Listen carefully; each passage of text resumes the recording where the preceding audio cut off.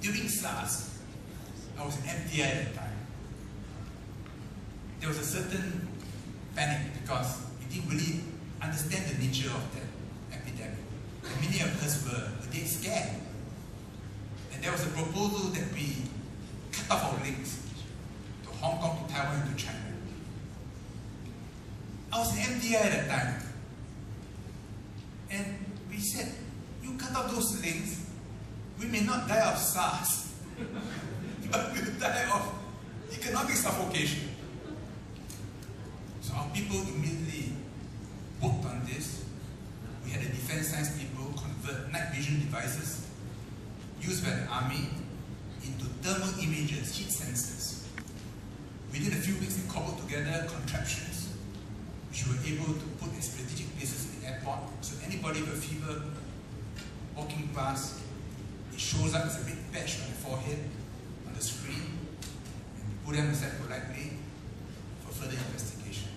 So we kept the flows open, while at the same time putting in all kinds of procedures to safeguard ourselves. Without the home team, Singapore today would not be able to achieve what we've achieved. And the IRs, who many of you, some of you will be working at after you graduate, will be an important beneficiary from this semi-permeable membrane that we're able to surround Singapore with. Thank you.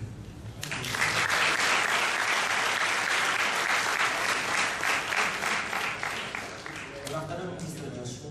I'm Dian, currently studying for a diploma in business administration, specializing in retail management. Year 3 student, and I'm from Indonesia. Data management? Business administration, specialized in retail management option. Maritime management. I'm an Indonesian, and I was thinking of becoming a Singapore PR, and just want to hear your views on what it really means to be a Singaporean, and whether there is really a Singaporean identity.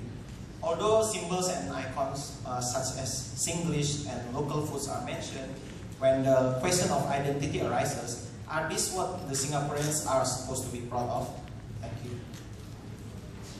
Which part of Indonesia are you from? I'm from Jakarta. Jakarta. Yeah.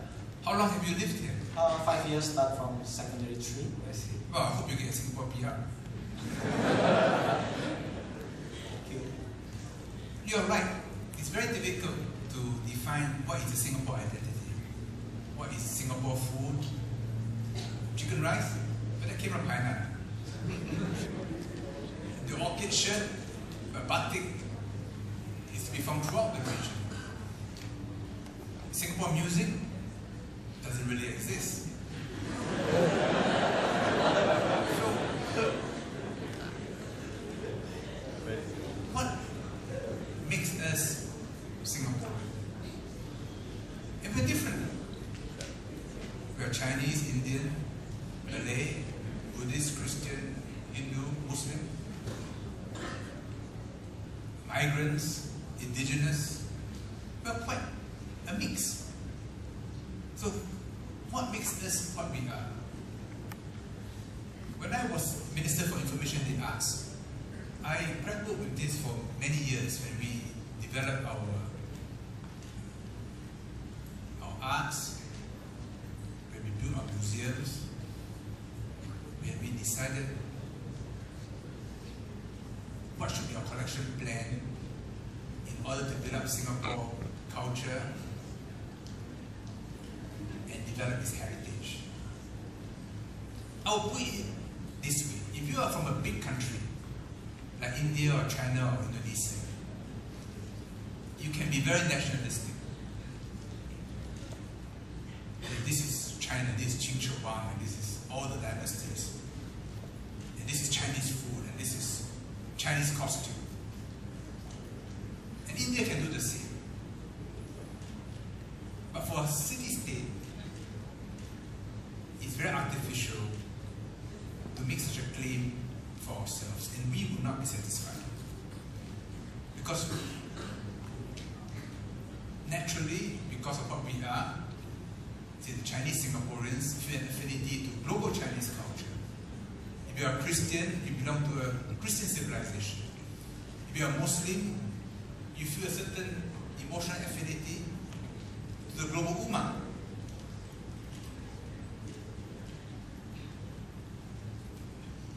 I like to use this metaphor that Singapore is like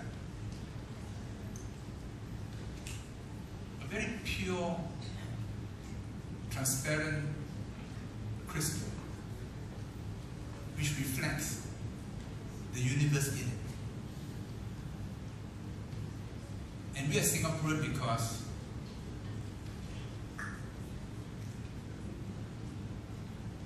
we allow a full reflection to take place. If we color the crystal or we blur its edges, then light gets cut off. So every foreigner who comes to Singapore, it can be from Japan, it can be from Indonesia, it can be from America, when they come to Singapore, they feel they are respected here.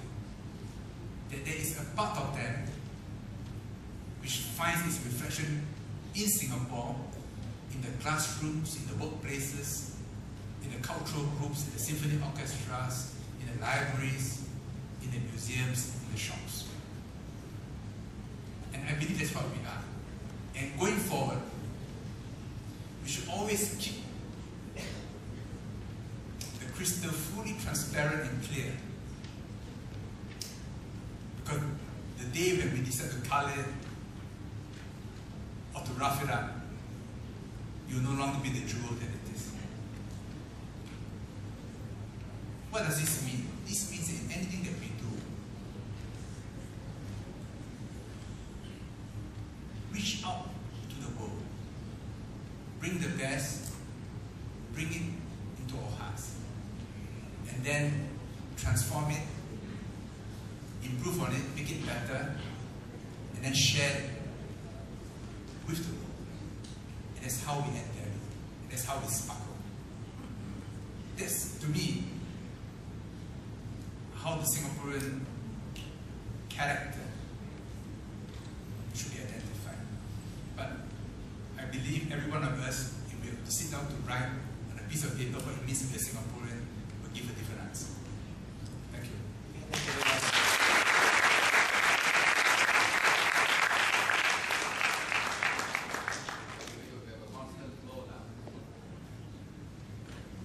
Just for my own information, how many of us here are non-Singaporeans?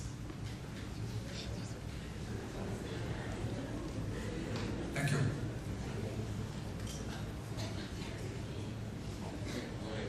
Hi, I'm Georgiana. I'm currently in my year 1, pursuing banking and financial services. My question is, it has been once quoted by PM Lee that young Singaporeans do not know enough about our own country and what's going on in the world around us. Is this a direct outcome of our business-like pragmatism, or is it a preoccupation with bread and butter issues? If not, would you comment on why youth in Singapore are becoming less than enthusiastic or even apathetic towards national and global issues?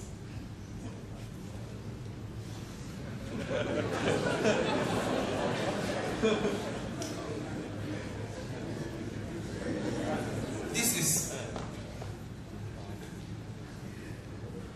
a point of view which older people will always express to younger people. So I try to put myself in your age and recall what were my own interests then when I was at your age. I'm not sure that older Singaporeans had a deeper sense of their own culture or history. Of course, if our parents came from China or India or Indonesia, they would have stronger feelings about their ancestry. That's to be expected because they came from those countries.